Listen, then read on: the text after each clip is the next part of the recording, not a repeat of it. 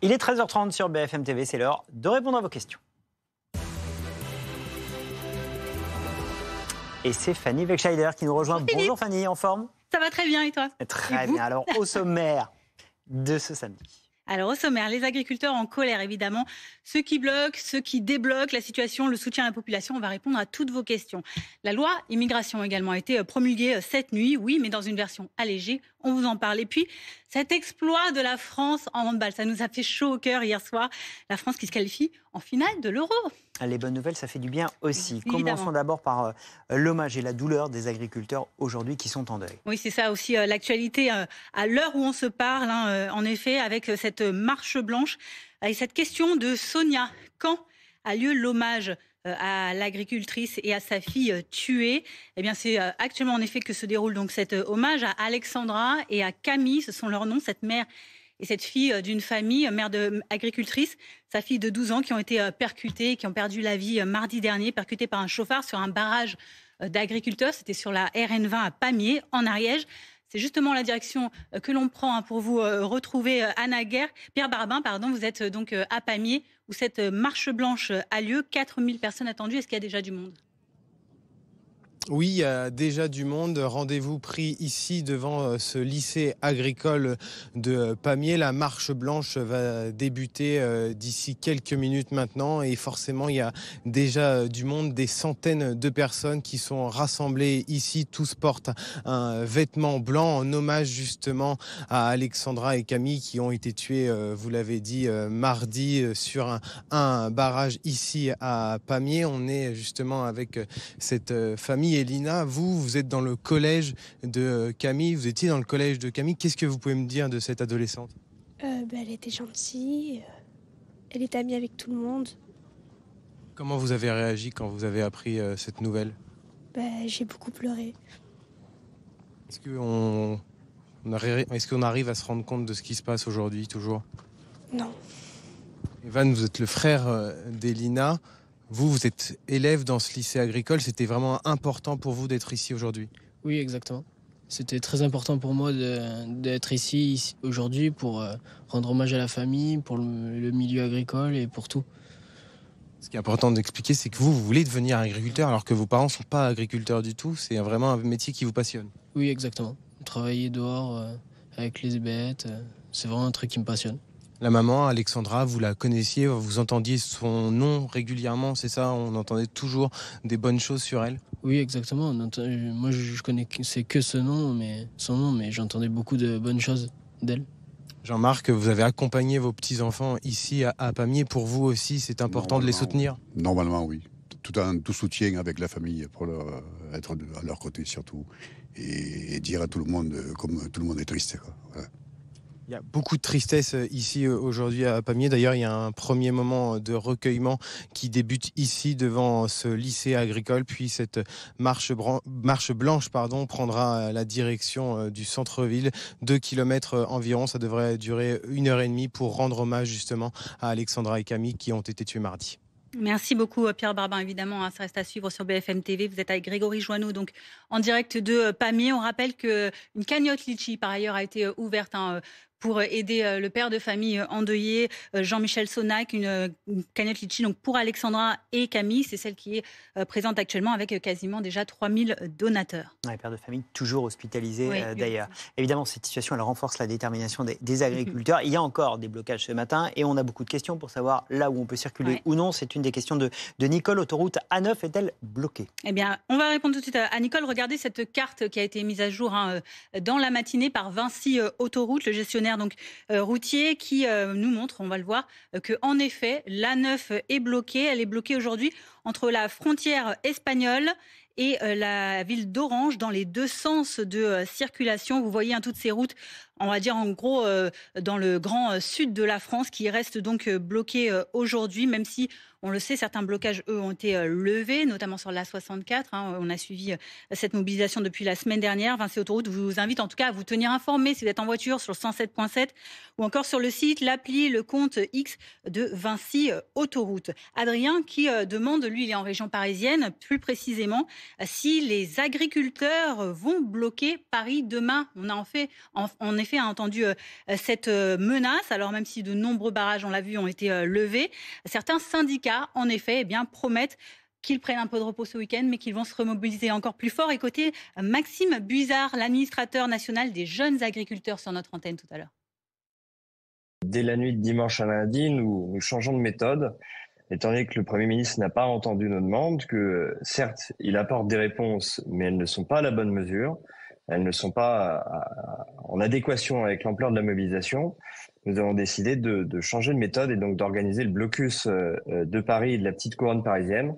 Ça nécessite du temps, ça nécessite de l'organisation et donc nous avons choisi de profiter du week-end pour se ressourcer, retourner dans nos fermes, retourner dans nos foyers et préparer les mobilisations de la semaine prochaine. L'idée étant qu'il n'y ait aucun camion qui puisse approvisionner la capitale et que s'il le faut, on tienne aussi longtemps que nécessaire, en tout cas toute la semaine prochaine, de manière à ce que les pénuries puissent se faire sentir et que nous nous fassions entendre. Donc voilà, à savoir que tout de même, il faudra suivre sur notre antenne, puisque certains membres de ce syndicat, de ces rassemblements des jeunes agriculteurs, eux, ne sont pas tout à fait d'accord avec Maxime Buzard. Ça reste encore à cadrer, avec maintenant donc, une autre question qui concerne l'argent. Oui, une question sur le salaire des agriculteurs. Ouais, c'est Philippe qui nous demande cela. C'est Marc qui nous demande ça. Combien gagne un agriculteur? Alors, c'est très variable. Par exemple, un éleveur de chèvres, de moutons, il touche en moyenne 680 € net par mois. Un producteur de légumes, lui, peut toucher jusqu'à 2800 € net par mois. On voit de grands écarts selon les types d'élevage, les types d'agriculture. Et regardez, en moyenne, selon l'INSEE en 2021, c'est 1475 € brut par mois qu'a touché un agriculteur en France. C'est presque 300 € de moins que le SMIC actuel. Et 18% des agriculteurs actuellement vivent sous le seuil de pauvreté. On comprend donc certaines des revendications salariales de ces agriculteurs. Une question de Fabio sur ce qu'on appelait les bonnets jaunes, parce que Jérôme Bay notamment avait souvent un bonnet jaune. Donc est-ce que les bonnets jaunes ont des liens avec les gilets jaunes? Eh bien non, on va tout de suite couper court à ces rumeurs. Il s'agit en fait de manifestants agriculteurs du syndicat Coopération Rurale. D'ailleurs, vous voyez parfois sur leur bonnet ces initiales CR. Deuxième syndicat agricole, très mobilisé, on les a beaucoup vus, c'est pour ça qu'on se pose la question. Précision d'ailleurs de Karine Duc sur notre antenne, la viticultrice coprésidente de la coordination rurale, qui dit que le bonnet c'est parce qu'il fait froid et le jaune c'est parce que ça fait 30 ans que c'est la couleur de la coordination rurale. Voilà pour donc tordre le cou à ces rumeurs. Des questions également sur l'utilisation des pesticides. Certains cultivateurs de cerises notamment dénoncent des traitements par produits phytosanitaires plus forts en Italie qu'en France. Alors est-ce que ces cerises se retrouvent en vente dans nos supermarchés? C'est la question de Daniel. Lui, il s'inquiète. Il demande pourquoi est-ce que les règles ne sont pas identiques partout en ce qui concerne les pesticides en Europe. Alors c'est pas exactement le cas. Là aussi, on va faire un petit fact-checking avec François Pitrel, notre journaliste spécialiste des questions environnementales. Écoutez-le. C'est une idée reçue, il n'y a pas de règles différentes au niveau européen. Elle est la même pour tout le monde. Il y a 440 produits autorisés en agriculture en Europe et tous les pays ont le droit de piocher dans ces produits. Mais certains d'entre eux et certains pays cherchent à aller plus loin finalement que cette règle européenne et considère que certains pesticides sont trop dangereux pour l'environnement ou pour la santé. Et donc, sur les 440 produits en France, on en a autorisé 280. C'est plutôt dans la moyenne, c'est un petit peu moins que les Espagnols ou les Italiens, mais c'est plus que les Allemands et beaucoup plus que les Danois, par exemple, qui n'autorisent, eux, que 150 produits phytosanitaires, donc des pesticides, sur leur territoire. Cette autre question à présent de consommateurs. On est beaucoup à vouloir aider ces agriculteurs en difficulté à notre échelle. Mehdi nous demande, je veux bien aider, mais pas toujours facile, par exemple, de trouver des étiquettes fabriquées en France dans les rayons. Bonne volonté en effet, Mehdi, puisque comme 35% des Français sondés par l'Institut ELAB pour BFM TV, vous vous dites prêts et capable de payer plus cher pour acheter un produit qui permet une meilleure rémunération des agriculteurs. 53% également aimeraient le faire, mais eux ne peuvent pas se le permettre financièrement. Alors comment bien trouver ces produits français? Nouvelle réponse de François Pitrel, écoutez. Alors c'est vrai qu'il faut faire attention à ce drapeau français sur les emballages qui sont mis en avant pour des raisons marketing, mais qui peuvent cacher plusieurs réalités. Quand c'est marqué élaboré ou cuisiné en France, par exemple, ça peut vouloir dire qu'une partie des produits de la préparation, eux, ne sont pas d'origine française. Donc, être bien attentif à cette étiquette, c'est aussi regarder juste derrière la boîte pour voir si vraiment tous les ingrédients, eux aussi, ils sont français. Alors, il y a une bonne manière de ne pas se tromper, c'est prendre des produits bruts. Parce que le problème, il se pose surtout pour des produits transformés. Quand vous achetez un hachis parmentier tout préparé ou n'importe quelle préparation en barquette que vous trouvez dans un supermarché. Si vous achetez des produits bruts, de la viande, des fruits, des légumes que vous allez ensuite cuisiner chez vous, ce sera marqué origine du pays en grand, en clair. Donc, origine France, c'est facile à repérer et il n'y a pas de risque de se tromper. Voilà, pour bien repérer vos étiquettes. Il y a aussi la vente directe qui permet d'aider évidemment plein de bonnes initiatives. On va finir avec une belle image. Allez sur cette page agriculture. Et cette affiche du festival de BD d'Angoulême, c'est actuellement, ça se tient. Et regardez la ville d'Angoulême ainsi que le festival qui soutiennent les agriculteurs avec ce dessin de Jules, l'auteur de BD, l'auteur de Silex and the City, qui est bien connu et qui a donc repris l'invention de l'agriculture. Tant qu'on ne pourra pas en vivre correctement, ne comptez pas sur moi. Voilà pour le soutien d'Angoulême. Bah voilà, et comme c'est le week-end, si vous voulez soutenir les agriculteurs, allez faire le marché. Voilà. Il y a plein de manières de le faire. Samedi ou dimanche, c'est possible. Allez, on va parler d'un tout autre sujet qui a suscité beaucoup de questions. Est-ce que nos députés ont eu leur indemnité augmentée cette semaine? Alors pourquoi, question de Stéphane, pourquoi le gouvernement continue de taxer tout le temps tout le monde agricole? Et Stéphane qui fait le lien justement avec cette nouvelle. En pleine crise agricole, les députés qui augmentent leurs frais, dit-il, de 300 € par mois. C'est tout simplement mettre de l'huile sur le feu, dit-il. On éclaire tout ça avec vous, Alexis Cuvillier, journaliste politique BFM TV. Est-ce que réellement, c'est une augmentation de salaire qu'ont reçu les députés? En réalité, Fanny, et cela a déjà été beaucoup expliqué depuis jeudi, il ne s'agit pas d'une hausse du salaire des députés. C'est l'avance des frais de mandat qui a été augmenté de 300 €, passé donc de 5 645 € à 5 950 € par mois. Cette avance sur les frais de mandat, elle permet notamment pour un député de payer des dépenses qui sont liées au fonctionnement de sa permanence, d'organiser des déplacements ou des rendez-vous. Des sources parlementaires nous le précisent bien, cette enveloppe, elle est strictement contrôlée. Les sommes non utilisées dans le cadre de cette avance doivent être restituées à l'Assemblée. À l'exception de la France Insoumise cette semaine, les groupes politiques ont tous soutenu cette hausse censée compenser l'inflation. Un député du Rassemblement national m'expliquait par exemple, dans l'absolu, nous n'étions pas contre car cela fait des mois que tous les députés pointent la hausse des tarifs. Ce même élu parlait par exemple de l'explosion des factures d'électricité pour sa permanence. Mais évidemment, le calendrier de cette annonce a été très commenté. Le RN, justement, a demandé à reporter la hausse sine die. Dans l'entourage de la présidente de l'Assemblée nationale, on nous précise que la décision a été prise par le bureau de l'Assemblée, qu'elle ne peut pas être remise en cause par la présidente. Elle s'appliquera donc bien le 1er février. Yaël Braun-Pivet l'a défendu vigoureusement puisqu'il s'agit pour elle de garantir le bon travail parlementaire. Merci beaucoup Alexis Cuvillier pour ces précisions. Et maintenant on parle de la loi immigration qui a beaucoup fait parler d'elle. Beaucoup de gens se posaient des questions ces derniers temps depuis donc son vote à l'Assemblée. Agnès se demande quand la loi immigration entre-t-elle en application. Ça y est, c'est fait. Le président a en effet promulgué cette loi dans la nuit. Alors, dans quelle version? Plus d'un tiers des articles ont été retoqués jeudi par le Conseil constitutionnel. Par exemple, l'allongement de la durée de résidence pour les étrangers non européens pour avoir des allocations familiales, par exemple, ou encore les APL. Le resserrement des critères de regroupement familial, l'automaticité du droit du sol.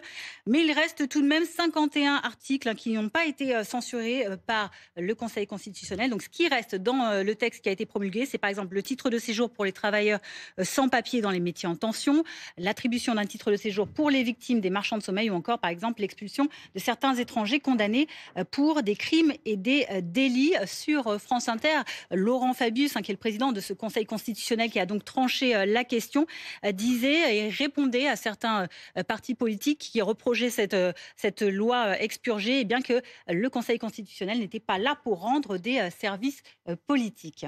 Allez, tout autre sujet, des questions sur la famille royale. Ah oui. Tout le monde s'inquiète. On s'inquiète. Ça date maintenant. Il y a déjà 2 membres de la famille royale à l'hôpital. Le roi Charles qui a été hospitalisé donc hier matin, comme prévu, pour une opération de la prostate. Alors, le roi qui a été admis dans la matinée hier à la London Clinic. Opération donc programmée. Buckingham qui n'a pas encore communiqué officiellement, mais Laura Calmus, on vous retrouve à Londres pour BFM TV.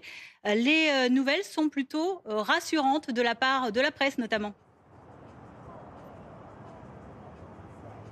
Exactement, avec la reine Camilla qui est arrivée ici à la London Clinic il y a moins d'1 heure pour à nouveau rendre visite à son mari. La reine Camilla qui était venue aussi hier et qui, comme vous l'avez dit, a donné des nouvelles très rassurantes à la presse. Regardez par exemple le Times qui explique qu'à la sortie de l'hôpital hier, la reine Camilla a expliqué que son mari, le roi Charles, allait bien. He is doing well, il se porte bien. Ou encore le Daily Mail qui explique que Camilla est sortie avec un sourire, et ce qui veut dire que the king is fine, le roi se porte bien. Alors le roi, comme vous l'avez dit, a eu une opération pour une hypertrophie de la prostate. Il a voulu expliquer exactement quel était son diagnostic pour sensibiliser les hommes d'un certain âge à se faire diagnostiquer, car il a dit que cette pathologie était bénigne mais qu'il fallait tout de même vérifier que vous n'étiez pas affecté. Et d'ailleurs ce message a marché, car le NHS, le service de santé, a expliqué que le site de cette hypertrophie de la prostate a été consulté 11 fois de plus qu'habituellement. C'est donc un message qui est passé pour les Britanniques. Le roi Charles qui devrait rester entre 1 et 3 jours ici à la London Clinic. Et Laura Calmus, je vois Philippe qui trépigne à côté de moi. Il s'inquiète beaucoup, lui, pour Kate, la princesse de Galles. Comment elle va ?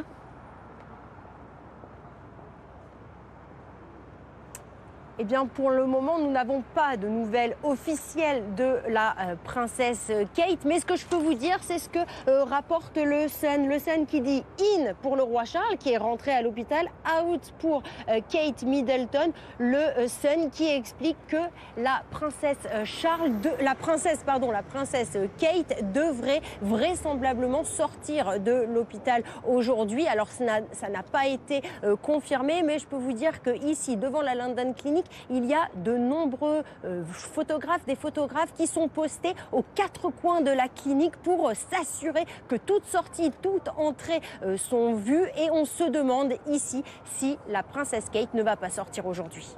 Merci beaucoup pour ces précisions, Laura Calmus. On suit ça évidemment avec grande attention de notre côté aussi de la Manche. Ça nous rassurerait quand même une image de Kate. Laura, on compte sur vous pour nous la trouver évidemment. Allez, une bonne nouvelle pour finir, le handball. Oui, le handball qui se hisse, nos Français en finale de l'Euro 2024 après un match haletant. C'est le moins qu'on puisse dire hier. On a vraiment cru qu'on allait passer à la trappe. Et pourtant, les Français ont battu la Suède 34-30 hier à Cologne. À 6 mois des JO, c'est plutôt un bon présage. On l'espère en tout cas, les handballeurs qui se sont donc hissés au bout d'une prolongation acharnée. Mais une prolongation que l'on doit à Elohim Prandi, qui a marqué vraiment sur la cloche le point de l'égalisation. Donc avant ces prolongations, vous voyez ce superbe geste devant ce mur suédois. Franchement, je pense que s'il avait voulu la faire 100 fois, il aurait réussi qu'une fois. C'était la bonne. En tout cas, hier, ça nous a sauvés. Nicolas Paolorsi, vous êtes journaliste RMC Sport et vous avez eu la chance de vivre ce moment en direct hier depuis Cologne en Allemagne.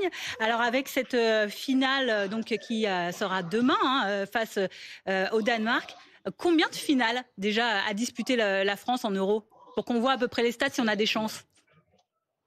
Ouais, c'est la quatrième et on a des chiffres très positifs parce qu'à chaque fois qu'on a été en finale de l'Euro, on l'a emporté. La dernière fois, c'était en 2014, donc ça date quand même pour le handball français qui attendait vraiment et qui avait coché cette compétition. On sentait que cette génération-là avait vraiment envie d'aller en finale, d'aller décrocher une médaille d'or. Vous en avez parlé, le scénario, il est dingue parce que ce but d'Elohim Prandi, il a peut-être une chance sur 1000, sur 10 000 de le mettre. Ça ne se passe jamais.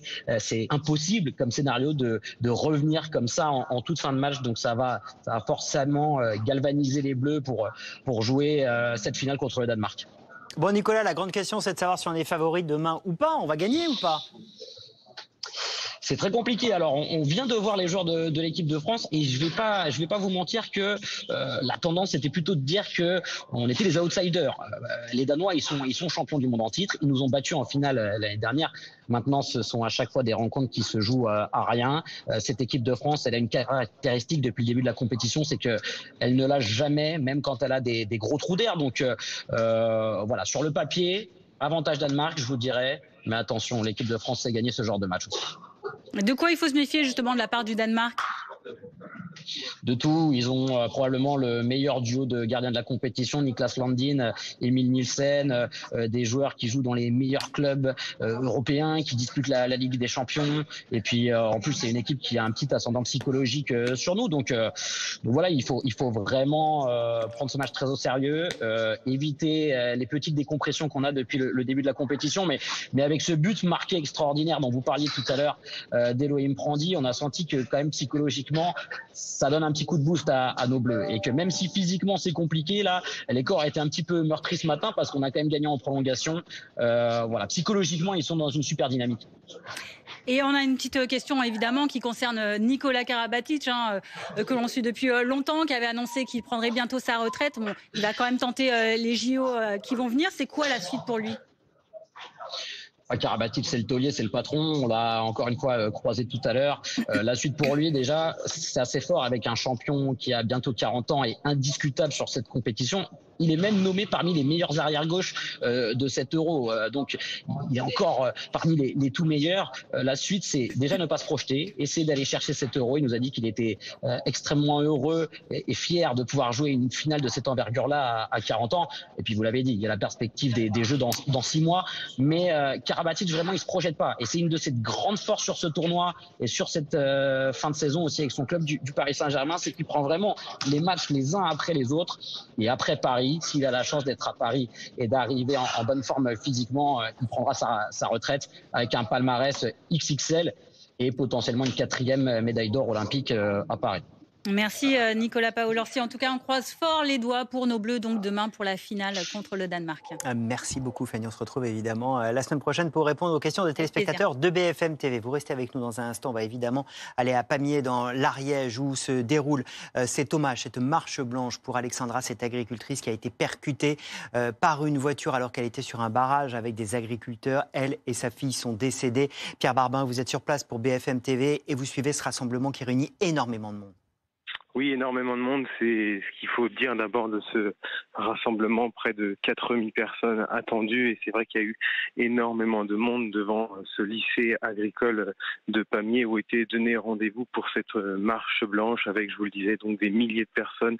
Tous portent un vêtement blanc en hommage justement à Alexandra et Camille, vous le savez, qui ont été tués mardi par un chauffard sur une route lors d'un barrage d'agriculteurs. C'est vrai que ça a fait beaucoup d'émotions ici dans le département, mais dans tout le pays. On voit des gens qui sont venus de toute la région Occitanie. Il y a beaucoup d'émotions. Il y a eu une première minute de silence avant le départ marche blanche de Pamiers. Ce qu'il faut dire également, c'est qu'on voit énormément d'agriculteurs, de jeunes agriculteurs qui sont venus rendre hommage notamment à Alexandra parce que c'est vrai que tout le monde connaissait cette mère de famille et bien évidemment à Camille, on a vu beaucoup d'élèves de Camille. Merci beaucoup et évidemment on continue à suivre dans l'après-midi info cette marche blanche qui s'organise. Je vous donne rendez-vous demain 10h pour le Live BFM.